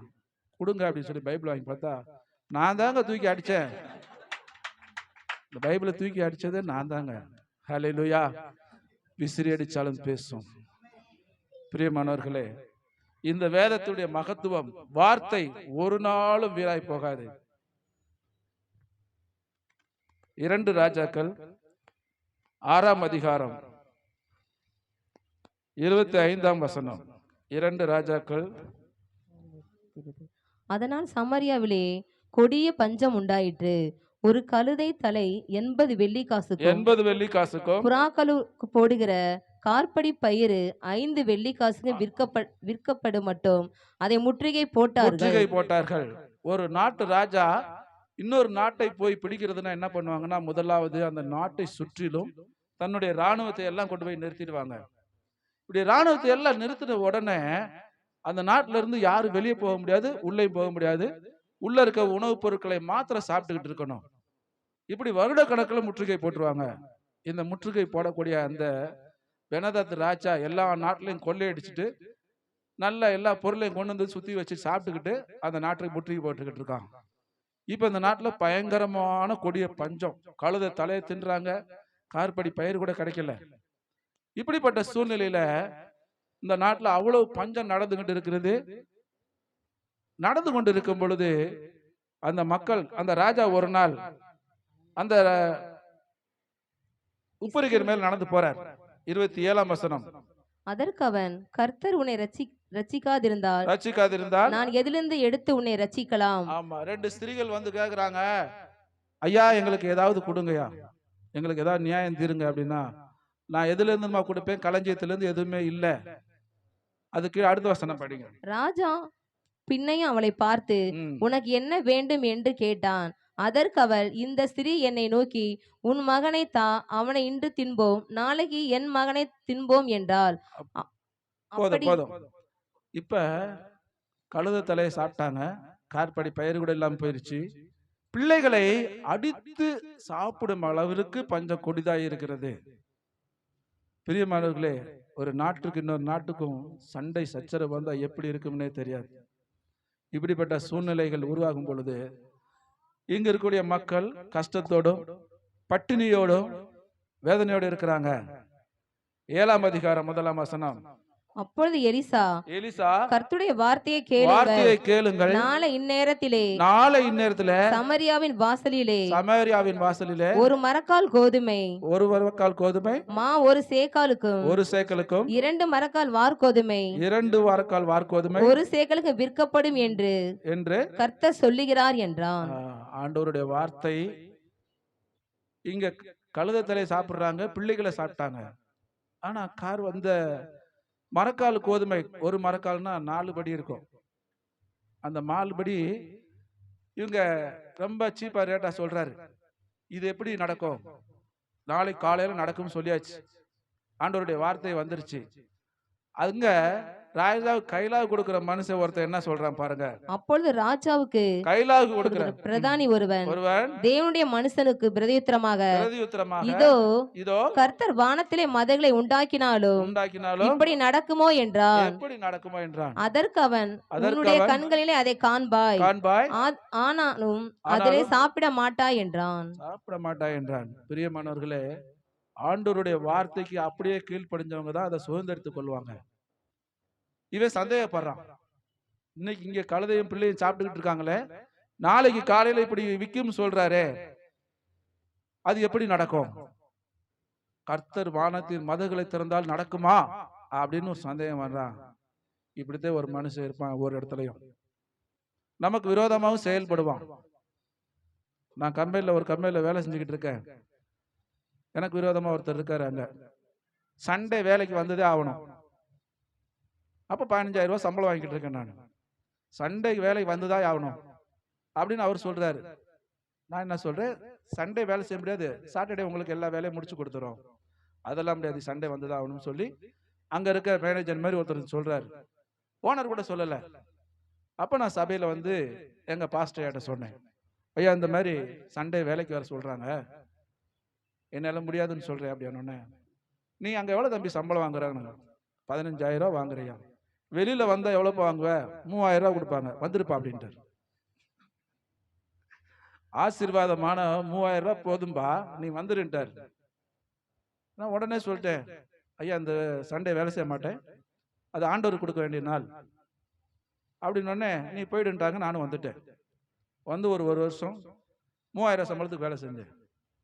வேலை செஞ்சதுனால தான் நான் இன்னைக்கு ஓனரா நிற்கிறேன். அவர் சொன்ன வார்த்தைக்கு கீழ்ப்படைஞ்சு நான் சண்டே வேலை செஞ்சுக்கிட்டு இருந்தேன்னா இன்னைக்கு அந்த வேலை தான் செஞ்சுக்கிட்டு இருப்பேன். என்னோடு சேர்ந்து வேலை செஞ்சவங்களாம் அப்படித்தான் இருக்கிறாங்க. ஆண்டவருக்கு நான் ஒரு நாளை கொடுத்தேன், சம்பளத்தை நான் மதிக்கல, ஆண்டவருக்கு இடம் கொடுத்தேன், ஆண்டவர் ஓனரா வச்சிருக்கிறாரு. பிரியமானவர்களே, இந்த வார்த்தையில சந்தேகப்படுறான் அவன். இப்படி நடக்குமா? ஆண்டவர் பயன்படுத்துற மனுஷங்க பெரிய வல்லமை உள்ள ஆளுகள் எல்லாம் பயன்படுத்த மாட்டாரு. ரிஜெக்டட் பீஸ், இனிமேல் தேவையே இல்லை அப்படிங்கிற ஆளை தான் பயன்படுத்துவார். இந்தியாவுக்கு ஆண்டவர் வார்த்தையை ஃபர்ஸ்ட் யார் கொண்டு வந்தது? தோமா வந்தார். தோமா வந்து சுவிசேஷத்தை அறிவிச்சாரு, அவரை கொன்னு போட்டாங்க. பெரிய ஆசீர்வாதம் சென்னைக்கு என்னன்னா, அவர் மரிச்சது சென்னையில தான். சென்னைக்கு என்னைக்கு அழிவு வராது. பிரியமானவர்களே, அவர் வந்தாரு, எல்லாம் செஞ்சாரு, அடக்கம் பண்ணியாச்சு. இப்ப கிறிஸ்தவம் உள்ள வரணும். எப்படி வரும்?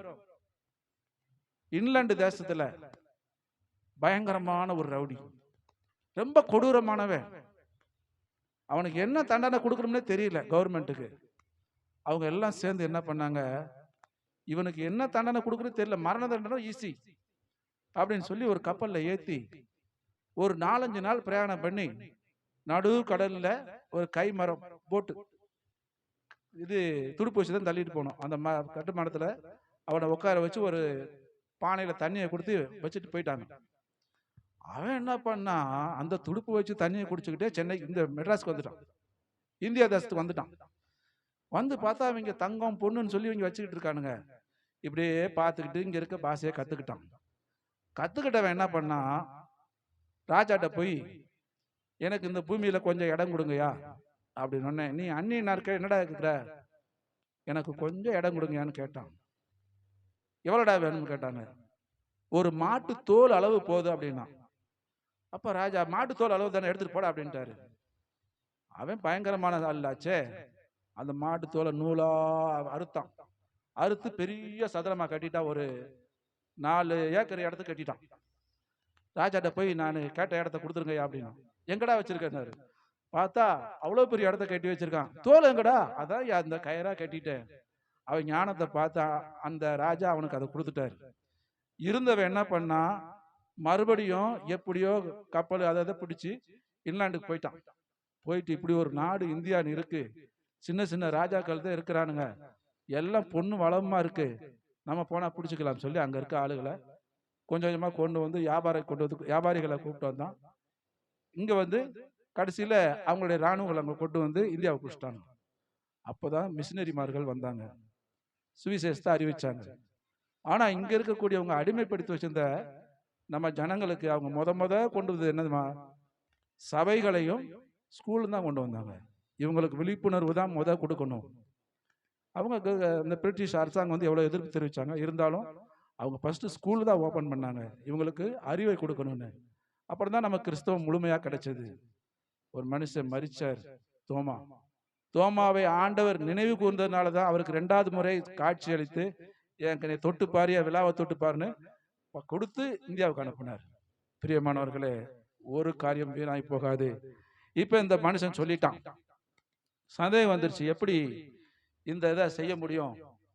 இப்ப இஸ்ரேல் தேசத்துல என்னன்னா, குஷ்டரோகிங்க ஊருக்குள்ள இருக்கக்கூடாது, ஊருக்கு வெளியே வெள்ளைக்கு அப்புறம் தான் இருக்கணும். அப்படிப்பட்ட குஷ்டரோகிக்கு ஒரு 4 பேர் இருக்கிறாங்க. அப்ப அந்த 4 பேர் என்ன பண்றாங்கன்னா, அடுத்த வசனம் 4வது வசனம். குஷ்டரோகிகளான 4 பேர். 4ஆம் வசனம். ம். பட்டணத்துக்குள் போவோம் என்றால் பட்டணத்தில் பஞ்சம் உண்டாயிருக்கிறதுனால் அங்கே சாவோம். அங்க பஞ்சம் உண்டாயிருக்குது.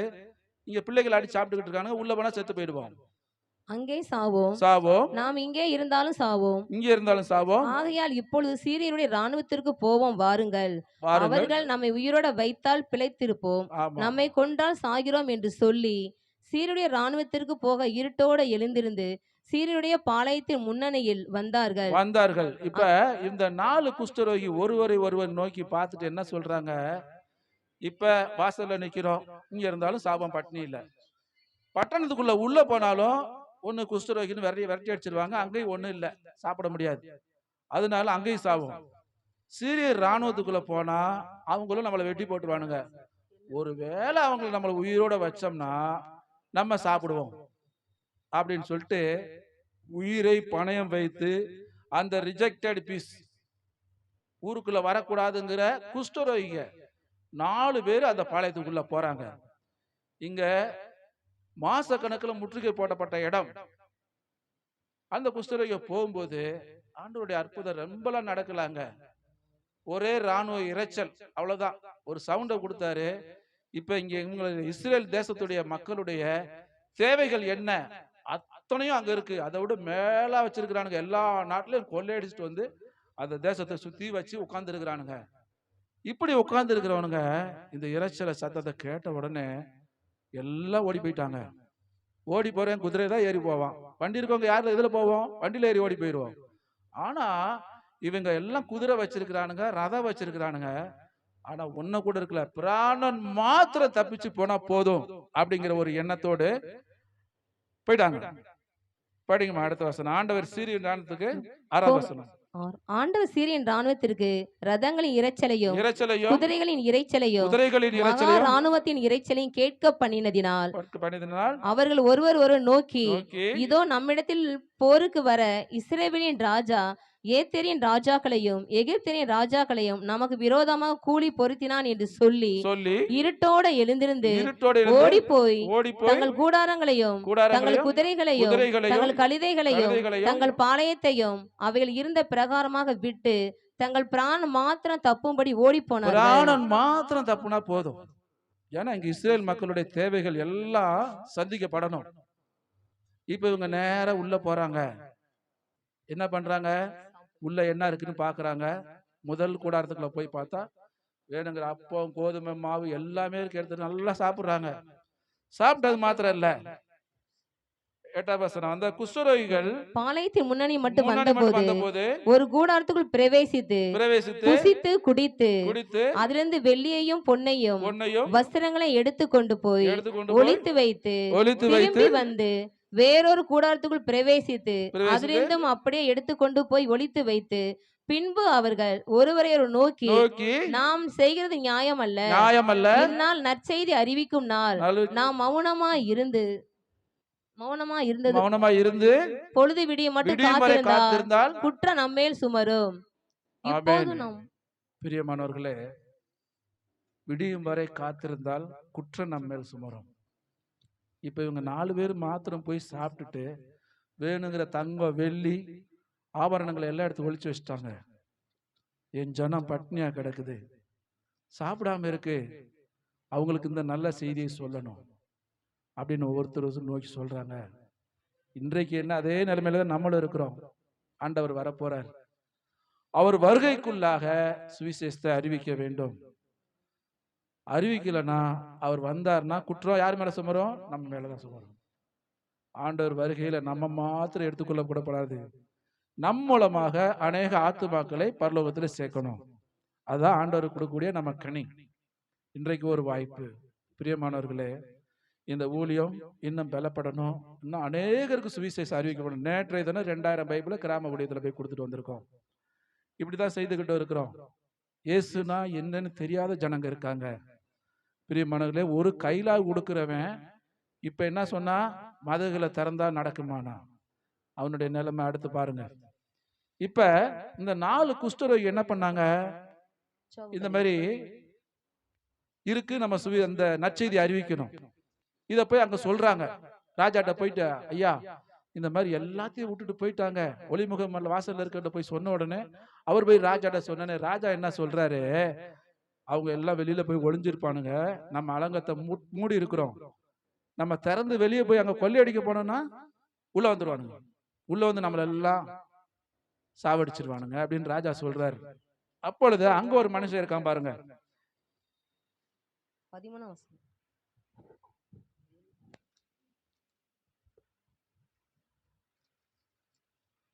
அப்ப ஊழியக்காரர் ஒருவன் பாருங்க 13ஆம் வசனம். அவன் ஊழியக்காரரில் ஒருவன் பிரதியுத்தரமாக, இங்கே மீதியான குதிரைகளில் 5 குதிரைகளை கொண்டு போக உத்தரவு கொடு. ஒரு நாட்டுல வெறும் 5 குதிரை தான் இருக்கு, எல்லாத்தையும் அடிச்சு சாப்பிட்டாங்க, குதிரையை கூட விட்டு வைக்கல. இப்ப அந்த 5 குதிரை தான் இருக்கு. இந்த 5 குதிரைய அனுப்பி விடுப்பா, போய் பார்த்துட்டு வரட்டும் சொல்லி அங்க ஒரு மனுஷன் சொல்றான் ராஜா கிட்ட. இப்ப நம்ம 2 மனுஷனை பாக்குறோம். முதல் மனுஷன் கையில கொடுக்கிறவன் சந்தேகப்படுறான். இந்த மனுஷன் அனுப்பி பாப்போயா, அதே மாதிரி அனுப்புறாங்க. படிங்கம்மா. இதோ இங்கே மீதியான இஸ்ரவேலின் சகல ஏராளத்திலும் மாண்டு போன இஸ்ரவேலின் சகல கூட்டத்திலும் அவைகள் மாத்திரம் மீந்தி இருக்கிறது, அவைகளை நாம் அனுப்பி பார்ப்போம் என்றான். அப்படியே 2 ரத குதிரைகளை கொண்டு வந்தார்கள். ராஜா போய் வாருங்கள் என்று சொல்லி சீரியன் இராணுவத்தை தொடர்ந்து போகும்படி அனுப்பினான். அவர்கள் யோர்தான் மட்டும் அவர்களை பின்தொடர்ந்து போனார்கள். சீரியர் தீவிரித்து ஓடுகையில் அவர்கள் எரிந்து போட்ட வஸ்திரங்களாலும் தட்டு முட்டுகளும் வலியெல்லாம் நிறைந்திருந்தது. அனுப்பப்பட்டவர்கள் திரும்பி வந்து ராஜாவுக்கு அதை அறிவித்தார்கள். இப்ப என்ன சொல்லிருக்கிறாங்க, போய் பார்த்துட்டு வந்தோம், ஒரு ஆளு கூட கிடையாது, தட்டு முட்டு சாமான் சாப்பாடு எல்லாம் அப்படியே கிடக்குது. இவ்வளவுதான் வந்து சொன்னாரு. சொன்னோடனே ஜனங்க சும்மா இருப்பாங்களா? உடனே எல்லாம் அலங்கத்துக்கு வெளியே ஓடி வந்து தட்டப்படன்னு சொல்லி எல்லாம் போய் கொள்ளையடிக்கிறாங்க. இப்ப ராஜா என்ன சொல்றாரு, அந்த கையில கொடுக்குறவனை கூப்பிட்டு போய் அந்த ஜனங்களுக்கு நீ தலைவனா இருந்து அவங்கள நடத்துன்றாரு. மாச கணக்குல பட்னியா கிடக்குறான், அவனை போய் நீ இந்த பக்கம் போகாத அந்த பக்கம் போவானா, போட்டு ஏறி மிதிச்சு கொன்னே போட்டானுங்க. ஆண்டோடைய வார்த்தைக்கு விரோதமாக பேசின ஆண்டோர் வார்த்தை சொன்னார், நீ கண்ணில் பாப்ப ஆனா நீ சாப்பிட மாட்ட. நடந்தது. பிரியமானவர்களே, தேவ செய்தி ஆண்டவர் வருகைக்குள் அறிவிக்கப்பட வேண்டும் சகல ஜனங்களுக்கும். அதுவரை நம்முடைய ஆத்மாவை பாதுகாத்துக் கொள்ள வேண்டும், அநேகரை ஆண்டவருக்குள்ள நடத்த வேண்டும். பிரியமானவர்களே, ஒரு முஸ்லிம் சகோதரர் நல்லா குடிப்பார், வாலிப பையன். உலகத்துல என்னென்ன அவருடைய அனுபவிக்கணுமோ எல்லாம் அனுபவிச்சாரு. அவங்க அப்பா ஃபாரின்ல இருக்காரு, சம்பாதிச்சு நிறைய அனுப்புவாரு, கேட்கிற காசெல்லாம் கொடுப்பாரு. சமாதானம் இல்லை, எல்லா பழக்க கெட்ட பழக்கம் எல்லாம் இருந்துச்சு, சமாதானம் இல்லை. நேர சைதாப்பேட்டை ரயில்வே டிராக்ல போய் தலை வச்சு படுத்துட்டாரு. படுத்த உடனே செத்து போயிடலாம், எல்லாம் அனுபவிச்சிட்டோம், நிம்மதி இல்லை, குடும்பம் இல்லை. சித்தப்பா வீட்டுல தங்கி இருக்கிறாரு. அவரும் கண்டிஷன் பண்றது இல்லை, நீ எப்படியாவது போட அப்படின்னு விட்டாரு. நேர ரயில்வே கட்டில படுத்திருக்காரு, இப்படி செத்து போயிடலான்னு போதையில. இப்ப இந்த கிதியன் மினிஸ்ட்ரி சேர்ந்த ஒருத்தர் அந்த பக்கம் போறாரு. என்னடா இப்படி ஒருத்தர் படுத்து கிடக்கானு சொல்லிட்டு நேர பக்கத்துல போய் இயேசு உன்னை நேசிக்கிறார், வேற ஒன்னும் சொல்லல, இயேசு உன்னை நேசிக்கிறார் எந்திரிச்சு உட்காந்துட்டாரு. அந்த ஆளு ஏன் என்னை நேசிக்கணும்? பா, இயேசு உன்னை நேசிக்கிறாரியா? ஐயா, நான் தற்கொலை பண்றதுக்காக படுத்திருக்கேன், கண்டதை சொல்லாதீங்க, இயேசு உன்னை நேசிக்கிறார். திருப்பி திருப்பி எதையும் சொல்றாரு. அவர் ஏன் என்ன நேசிக்கணும்? சாவதானே போற, ஆனா உன்னை அவர் நேசிக்கிறார். ஏந்து வந்து ஒரு கூட சண்டை. அவர் நேசிக்கிறார்னா என்ன செய்வார்? உன் கூட பேசுவாருப்பா அப்படின்னு. எப்படி பேசுவார்? இந்த பைபிளை கையில கொடுத்துட்டாரு. இதை வச்சு நான் என்ன செய்யணும்? ஒன்னும் இல்லை, நாளைக்கு ஞாயிற்றுக்கிழமை ஏதாவது ஒரு சபைக்கு போ, இங்க நீ எந்த சபைக்கு போனாலும் சரி, ஆண்டவர் உங்க கூட பேசுவார் சொல்லி பைபிளை கொடுத்துட்டாரு. அப்படி பேசலன்னா என்ன செய்யலாம்? போன் நம்பரை கையில கொடுத்து, இந்த நம்பருக்கு போன் பண்ணு, நம்ம 2 பேர் வந்து தலையை கொடுப்போம் அப்படின்னு சொல்லி பைபிளை கையில கொடுத்துட்டாரு. இவர் நேர சைதாப்பேட்டையில இருக்கிற அந்த ஏஜி சபைக்கு போனார். உட்கார்ந்து இருக்கிறார், பைபிளை வச்சுட்டு, நல்ல போதை தான், ஓரமா உட்கார்ந்து இருக்கிறாரு. அப்ப வெளிநாட்டுக்காரர் ஒருத்தர் வந்து பிரசங்கம் பண்றாரு. இவர் பேரு அப்துல். அவர் வெளிநாட்டுக்காரர் இங்கிலீஷில் பேசிக்கிட்டே இருக்கும்போது இவர் நல்லா படித்தவர். பேசிக்கிட்டு போது ஹூ இஸ் அப்துல் அப்படின்னாரு. என்னடா அது நம்ம பேர் இருந்தாலும் சொல்கிறான் வெளிநாட்டுக்காரன், உங்களை நான் பார்க்கணும் அப்படின்றாரு. ஒன்றுமே பேசல, கம்முன்னு உட்காந்துருக்கிறாரு. இப்போ என்ன பண்ணாரு, ஆராதனை முடிஞ்சது. இவர் நேரம் போயிட்டு, என் பேர் உனக்கு எப்படி தெரியும்? அந்தாலும் ஏதோ ஒரு சபைக்கு போக சொன்னா நான் இங்கே வந்திருக்கிறேன், அந்தாலும் வந்து உன்ட்ட சொல்லியிருக்க மாட்டான். நீ எப்படி என் பேரை சொன்ன? உன் தாயின் கருவில் நீ உருவாகும் முன்னே உன்னை தெரிஞ்ச ஆண்டவர் தான் அப்படின்னு சொல்லி அவர்கிட்ட பேசினார். அப்ப ஒரு நேரம் மறுநாள் அந்த கிதியோன்ட்ட வந்து அந்த போன் நம்பர் பண்ணி, யோ நீ சொன்னது மாதிரி ஆண்டவர் என்கிட்ட பேசினாரியா அப்படின்னு இவர் பயந்துகிட்டு இருக்காரு. ஐயோ நம்மளை போன் பண்ணி கூப்பிட்டு ட்ராக்ல படுக்க வச்சிருவானோ. இன்னைக்கு அப்துல் மோசஸா கிதியோன்ல மெம்பர் ஆகி ஊழியம் பண்ணிக்கிட்டு இருக்கிறாரு. இவர் ஆண்டவர் ஏத்துக்கிட்டாரு. ஏத்துக்கிட்ட உடனே அவங்க சித்தப்பா சொல்லிட்டாரு அவங்க அப்பாவுக்கு போன் பண்ணி, அப்பா அண்ணே உன் பையன் இன்னைக்கு குடிக்கிறது இல்லைண்ணே, ரொம்ப சந்தோஷமா இருக்கான், அமைதியா இருக்கான், நல்லா படிக்கிறான், ரொம்ப சந்தோஷம்ப்பா. ஆனா ஆண்டவரை ஏத்துக்கிட்டான், கிறிஸ்தவன் ஆயிட்டான். அவங்க அப்பாவுக்கு கோவம் வந்துருச்சு. என்னடா இது நல்லாயிட்டான்னு சொன்னாங்க, இப்ப என்னடா இப்படி ஆயிட்டான்னு சொல்லிட்டு வெளிநாட்டுல இருந்து வந்தார். ரொம்ப காஸ்ட்லியான ஒரு பைபிள் எடுத்துட்டு வந்தார்.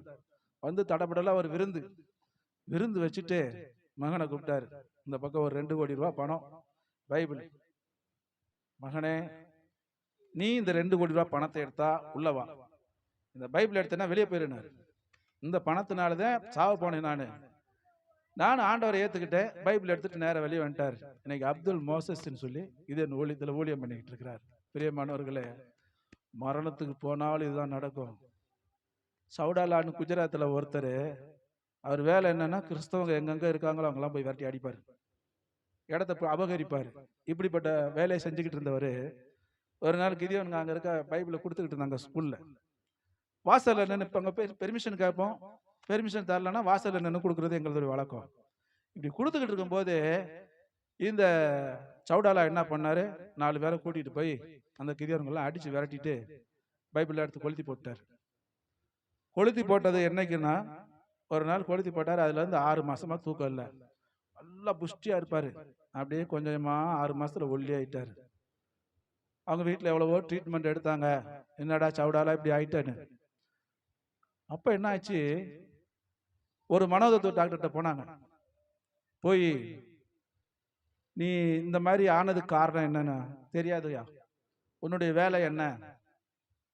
நானு கிறிஸ்தவ எதிர்ப்பாளரு, எங்கேயாவது அவங்க இடம் வச்சிருந்தா போய் அபகரிச்சு காசு வாங்குவேன், அவங்கள விரட்டி அடிப்பேன் அப்படின்னு கடைசியில சொல்லியிருக்காரு. அவர் எழுதிக்கிட்டே இருக்காரு, என்னென்ன சொன்னது சொல்லி எல்லாத்தையும் எழுதிக்கிட்டே இருக்காரு.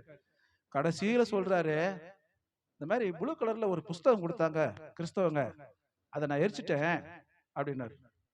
அவர் ஒண்ணுன்னு சொல்லல, நீ எந்த புஸ்தகத்தை எழுதுனே போய் நெருப்புல போட்டு கொளுத்து, நீ அதை வாங்கி படி அப்படின்னு சொல்லி எழுதி கொடுத்து அனுப்பி விட்டாரு. இவரு இந்த புஸ்தகம் எங்க கிடைக்குதுன்னு தெரியல, குஜராத்தில் ஒரே இடத்துல பைபிள் ஸ்டால் இருக்கு போல இருக்கு. அங்க போயிட்டு, ஐயா ஒரு ப்ளூ கலர் புஸ்தகம் கொடுங்கன்னாரு. ப்ளூ கலர் புஸ்தகம் அப்படிலாம் எதுவும் இல்லையா? இல்லப்பா ஸ்கூல்ல வாசல்ல நின்று கொடுத்தாங்க, கிறிஸ்தவங்க புஸ்தகம் கொடுத்தாங்க அப்படின்னு. அப்ப அவங்க சொன்னாங்களா, அப்ப கிதியோன் தான் கொடுத்துருப்பாங்கன்னு சொல்லி கிதியோனுடைய அட்ரஸை கொடுத்து அனுப்பியிருக்காங்க. இவர் நேரம் அவங்க வீட்டுக்கு போயிருக்காரு. எலும்பு தோலுமா தள்ளாடி போறாரு. அப்ப அவங்களுக்கு கொஞ்சம் அடையாளத்துல பார்த்துட்டாங்க, இங்கேயும் அடிக்க வேண்டாம் போல இருக்கு. என்னையா அப்படின்னா, ஐயா ஒரு ப்ளூ கலர் புஸ்தகம் கொடுத்தீங்க, அது எனக்கு ஒன்று கொடுங்க. அப்ப குஜராத் மொழியில கொடுத்தாங்க, வாங்கிட்டு போனார். வாங்கிட்டு போய் 2 பக்கத்தை கூட படிக்கல, தூங்கிட்டார். உடனே வீட்டுல ஏசி போட்டு சவுடாலா தூங்குறான். 6 மாசத்துக்கு அப்புறம் தூங்குறான். தூங்கட்டும்னு சொல்லி கதவெல்லாம் மூடி வச்சுட்டாங்க. நைட்டு எந்திரிச்சாரு, மறுபடியும் சாப்பிட்டாரு, தூங்கிட்டாரு. அப்படி என்னடா இந்த புஸ்தகத்துல மகிமை இருக்கு அப்படின்னு சொல்லிட்டு நைட்ல பக்கத்துல இருக்க ஒரு சர்ச்சுக்கு போயிட்டு மெதுவா பாஸ்டர்கிட்ட போய், ஐயா 6 மாசமா அந்த தூங்கலையா, இதை படிச்சேன், தூக்கம் வந்துருச்சு, இப்ப நல்லா இருக்கு, எனக்கு ஆண்டவரை பத்தி சொல்லுங்க. இன்னைக்கு ஆண்டவரை ஏத்துக்கிட்டார். அநேக இடங்கள்ல விரட்டி அடிக்க போடுறோம். ஒரு நாள் கிராம ஊழியத்துல போய் இந்த ரூபா நோட்டு மாத்திர சமயம் கொடுத்துக்கிட்டே இருக்காங்க பைபிள் ஸ்கூல் பசங்களுக்கு. மணி 8:30, இன்னும் 1/4 மணி நேரத்துல எல்லாத்தையும் கொடுத்து முடிக்கணும். ஏன்னா கொஞ்ச நேரத்துல ஆள் சேர்ந்துருவாங்க, எங்களை விரட்டி அடிப்பாங்க. இப்படி கொடுத்துக்கிட்டு இருக்கும்போது ஒரு 12 பேர் வந்துட்டானுங்க. நாங்க ஒரு 3 கார்ல எடுத்துட்டு போயிருந்தோம்.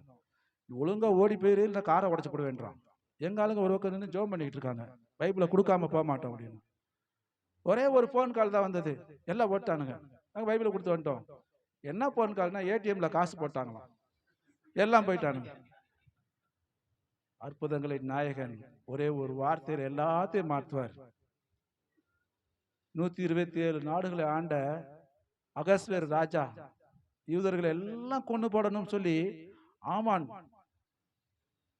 கங்கணம் கட்டி நிக்கிறான். அங்க எதுவும் அற்புதம் நடக்கல. ராஜாவுக்கு தூக்கம் வரல. அந்த கால வர்த்தமான புஸ்தகத்தை எடுத்து படிச்சாங்க, முடிஞ்சு போச்சு. மாத்தி போட்டுருவாரு. மறிக்கும் தருவாயில் இருந்தா கூட இன்னைக்கு ஒண்ணுமே இல்ல, என் வாழ்க்கையே முடிஞ்சு போச்சு இந்த சூழ்நிலையில, ஆண்டவர் ஒரே ஒரு வார்த்தையில எல்லாத்தையும் மாற்றக்கூடிய வல்லமை இயேசு கிறிஸ்துவுக்கு இருக்கு. அவர் வாயிலிருந்து புறப்படக்கூடிய வசனம் அவ்வளவு. லாசருவே வெளியே வான்னு ஏன் சத்தமா சொன்னாரு? நாரி போயிரும், அழுகி போயிருக்கும். அவர் சத்தம் இல்லாம வெளியே வான்னு சொல்லிட்டு ரெண்டாவது லாசரு சொல்லியிருந்தானே எல்லாம் எந்திரிச்சு வந்திருக்கும். அதனாலதான் ஆண்டவர் சத்தமா லாசருவே அப்படின்னு கூப்பிட்டாரு. அவர் மட்டும் எந்திரிச்சு வந்தார். பிரியமானவர்களே, வார்த்தை எல்லாத்தையும் உடைக்கக்கூடிய வல்லமை உண்டு. இந்த கடைசியாக ஒரு சாட்சியை சொல்றேன். திருச்செந்தூர் பகுதியில் இருக்கக்கூடிய கிதியோன்கள் அங்க இருக்கக்கூடிய ஸ்கூல்ல போய் அநேகருக்கு இந்த வேதத்தை கொடுத்தாங்க. இப்படி கொடுக்கும் பொழுது ஒரு அனுஷாங்கிற குழந்தை, அந்த குழந்தைக்கு வயசு அந்த 7ஆம் வகுப்பு படிக்கிறான். படிச்சுட்டு இந்த பைபிளை திறந்து படிக்கும் பொழுது ஆண்டவர் பேச ஆரம்பிச்சாரு. ரட்சிக்கப்பட்டான், முழுமையா ரட்சிக்கப்பட்டா. இந்த பைபிளை ஃபுல்லா மனப்பாடம் பண்ணிட்டான். மனப்பாடம் பண்ணவன் என்ன பண்ணா, அப்பா அம்மாட்ட சொன்னா, அப்பா இயேசு உண்மையான கடவுள். அவங்க அப்பா கூட பிறந்தவங்க 5 பேர், மொத்தம் அண்ணன் தம்பிங்க 32 பேர் அவங்க குடும்பத்தில் இருக்கிறாங்க. பிராமின் குடும்பம், எல்லாம் பூசாரி. அந்த ஒவ்வொரு கோயில்லையும் அரங்காவலரா வேலை செஞ்சுட்டு இருக்காங்க. இப்படிப்பட்ட சூழ்நிலை மாத்திரம் ஆண்டவர் ஏத்துக்கிட்டா. அப்பாட்ட சொன்னா, அப்பா வானத்தையும் பூமியும் படைச்சது ஏசப்பா, அது வெளிநாட்டு கடவுளுமா, நம்ம கடவுள் பாரு எவ்வளவு வீட்டுல இருக்கு, இதான் நம்ம கடவுள். இல்லப்பா இயேசுதான் உண்மையான கடவுள், வானத்தையும் பூமியும் சிருஷ்டித்தார். எதுல போட்டிருக்கு? இந்த பைபிள்ல போட்டிருக்கு. பைபிளை வாங்கினாங்க, கிழிச்சாங்க, கொளுத்தி போட்டாங்க, சிரிச்சுக்கிட்டே இருந்தான். என்னப்பா ஆண்டவர் சொன்ன, பைபிள் சொன்ன, கிழிச்சு போட்டேன், சிரிக்கிற? எல்லாத்தையும் நான் மனப்பாடம் பண்ணிட்டேன்ப்பா, என் வார்த்தை எல்லாம் எனக்கு தெரியும், நான் மரிச்சாலும் ஆண்டவரோட இருப்பேன். எல்லாரும் கொஞ்சம் கோவம், ரொம்ப கோவம். ஒரு கலாச்சாரத்தை விட்டுட்டு வெளியே போயிட்டாலே இப்ப நம்ம இந்த பிள்ளை என்ன செய்யறது? அம்மா உனக்கு கல்யாணம்லாம் முடிக்கணும்மா, நம்ம சமுதாயத்தெல்லாம் ஒத்துக்க மாட்டாங்க, எவ்வளவோ சொன்னாங்க. இயேசுதான் உண்மையான கடவுள் அப்படின்னு சொல்லி பெரிய போராட்டம், அடிப்பாங்க, துன்பப்படுத்துவாங்க, சாப்பாடு போட மாட்டாங்க. ஒரு நாள் உங்க வீட்டுல பெரிய யாகம் நடக்குது, பூஜை. அவங்க அத்தனை பேர் 32 பேர் எல்லாம் ஒரே இடத்துல வந்து நிக்கிறாங்க, நடந்துகிட்டு இருக்கு. சொல்றா, பா தப்புப்பா, இதெல்லாம் செய்யாதீங்க, ஆண்டவருக்கு பிரியமில்லாத காரியம். அவங்க அம்மாவுக்கு ரொம்ப கோவம் வந்துருச்சு. நம்ம மகள் வந்து இப்படி வழி தவறி போயிட்டா, இயேசுவோடு இருப்பேன்பா, இயேசுவுக்காக மறிப்பேன்றா, இப்படி போயிட்டாலே அப்படின்னு சொல்லி வாலிப பிள்ளைன்னு பார்க்கல. இந்த பிள்ளையை நம்ம என்ன செய்யறதுன்னு ஒன்றும் புரியல. அங்க யாகம் நடந்துகிட்டு இருக்கு. இவ சொல்றா செய்யாதீங்க செய்யாதீங்கன்னு. அந்த அம்மா அருவாமனை எடுத்துட்டு வந்து வயிற்றுல வெட்டிட்டாங்க. செத்து தொலை. அவன் வாயிலிருந்து சுவிசேஷ வார்த்தை வந்துகிட்டே இருக்கு. இவ்வளவு வெட்டிட்டோம், இப்ப இந்த வார்த்தையை சொல்லிட்டு இருக்காளே, நீங்க எல்லாம் ஒரு நாளைக்கு ஆண்டவரை ஏத்துக்கிடுவீங்கன்னு சொல்லிட்டு கீழே கிடக்குறா, துடிக்கிறா. தம்பிங்க 2 பேர் கத்தி எடுத்து வந்து கழுத்தை அறுத்துட்டானுங்க. பிரியமானவர்களே, ரத்தம் சொட்ட சொட்ட கீழே விழுந்துட்டான். உடனே ஒரு மயக்கமான நிலைமைக்கு எல்லாம் தள்ளப்பட்டாங்க. பெரிய வெளிச்சம் உண்டாச்சு. வெளிச்சம் உண்டான உடனே அவளை ஆண்டவர் கூட்டிட்டு போறதையும் தேவதூதர்கள் தங்க சிம்மாசனத்துல வச்சு கூட்டிட்டு போறதை பார்த்தாங்க. பார்த்துட்டு அவங்க எல்லாம் மனம் மாறினாங்க. இவ்வளவு காலமா நம்ம சந்ததி சந்ததியா நம்ம இந்த ஒரு வேலையை செஞ்சுக்கிட்டு இருக்கோம், ஒரு தரிசனத்தையும் பார்த்தது இல்லை. மகன் சொன்ன உண்மை, ஆண்டவரோடு இருப்பேன்னு சொன்னா தங்க சிம்மாசனத்துல அதை பார்த்துட்டு போனாங்க. இன்னைக்கு 32 பேர் ஊழியத்துல இருக்கிறாங்க. சகோதரனும் தாயும் ஜெயிலுக்கு போனாங்க, அங்கேயும் ஊழியம் பண்ணாங்க. அந்த அனுசியா மரித்தாள், ஆண்டாலும் இயேசுவோடு இருக்கிறாள். அவளால் கோதுமை மணியாக தன்னை ஒப்பு கொடுத்தாள். இன்னைக்கு அவங்க ஊழியத்துல இருக்கிறாங்க. அனுசியாவுக்கு யாரும் வேதத்தை கொடுத்தது? உங்களை போன்ற ஒரு சபையார் கொடுக்கிற காணிக்கைதான். பிரியமானவர்களே, 3 காரியங்களுக்காக இந்த இடத்துல வந்து நிற்கிறோம். முதலாவது உங்களுடைய ஜெபம். உங்களுக்கு ஜெபம் பண்ணாதான் நாங்க ஊழியம் பண்ண முடியும். அநேக இடங்கள்ல பாதிக்கப்படுறோம், தொழில் வியாபாரத்துல பாதிக்கப்படுறோம், குடும்பங்கள்ல பாதிக்கப்படுறோம். உங்களுடைய மேலான ஜெபம். இரண்டாவது காரியம், எங்களோடு சேர்ந்து நீங்களும் இந்த ஊழியத்துக்கு வரலாம். ஐயா பெர்மிஷன் கொடுத்தாங்கன்னா. மூன்றாவது காரியம், இந்த பைபிள் பிரிண்ட் பண்றதுக்கு 50 ரூபா செலவாகுது. இந்த சங்கீத நீதிமொழிகள் இல்லாம இருந்துச்சு, அப்ப 40 ரூபா இருந்தது. இப்ப சங்கீத நீதிமொழிகள் கேட்டுக்கிறோம், பிரிண்ட் பண்ணி கொடுத்துக்கிறாங்க. இது 50 ரூபா செலவாகுது. பிரியமானவர்களே, ஆராதனை முடிந்தோடனே உங்களால முடிந்த காணிக்கையை கொடுத்து இந்த ஊழியத்தை தாங்குமாறு கேட்டுக்கொள்கிறோம். நீங்க கொடுக்கிற காணிக்கை யாருக்கும் 1 ரூபா கூட சம்பளமா போகாது. முழுமையாக பைபிள் அச்சிட மாத்திரம்தான் பயன்படுத்துறோம். இந்த பொருட்காட்சியில ஸ்டால் எடுத்தோம், அந்த ஸ்டாலுக்கு செலவு மட்டும் 1 லட்சம் ரூபாய். அது எங்களுடைய காசு தான் போடணும். ஏன்னா கிதியோன்ல இருக்கக்கூடிய மெம்பர்கள் காசை கொடுத்துக்கிட்டே இருக்கணும். அதனாலதான் நல்ல ரிச்சான ஆளுகளை தேர்ந்தெடுப்பாங்க. வாய்ப்பளித்த சபையார் அவருக்கும் நன்றி செலுத்துகிறேன். தேங்க்யூ. ஜெபிக்கலாம். கிருபையும் இரக்கமுள்ள கர்த்தாவே, உம்முடைய மகத்துவமுள்ள வார்த்தைகளுக்காக நன்றி செலுத்துறோம் ஐயா. உண்மை உத்தமமாய் ஆண்டவரை உம்மை பின்பற்றி உம்முடைய வார்த்தைகளின்படி நடக்க உதவி செய்துள்ளோம். அன்று நடந்த அற்புத அதிசயங்கள் மாத்திரமல்ல ஐயா, இன்றும் நடந்து கொண்டிருக்கிறது, இனிமேலும் நடக்கும் என்று விசுவாசிக்கிறோம். எங்கோ நடக்குதில்லை ஐயா, எங்கள் குடும்பங்களிலும் நீ நடத்தி கொண்டிருக்கிற அற்புதங்களுக்காக, அதிசயங்களுக்காக நன்றி செலுத்துகிறோம். எங்களுக்கு மறைமுகமாக எவ்வளவோ அதிசயங்களை எங்களுக்கு செய்து கொண்டிருக்கிறீர்கள், நன்றி செலுத்துற மாட்டவரே. இந்த சபை மக்களை ஆசீர்வதியும், சபையை நடத்துகிற தாசர்களை ஆசீர்வதியும். ஒவ்வொருவருக்கும் நீ ஒவ்வொரு தாளந்தை கொடுத்திருக்கிறீர், வல்லமையாய் பயன்படுத்தும் ஐயா. தேவனே, உங்களுடைய கரத்திலே கொடுக்கிறேன். இந்த சபையை வர்த்திக்க பண்ணும். மறுமுறை நாங்கள் வரும்போது பெரிய சபையாக மகனுக்கு அருள் செய்ய வேண்டும் என்று கர்த்தர் இயேசு கிறிஸ்து மூலம் ஜெபங்கள் நல்ல பிதாவே, ஆமென்.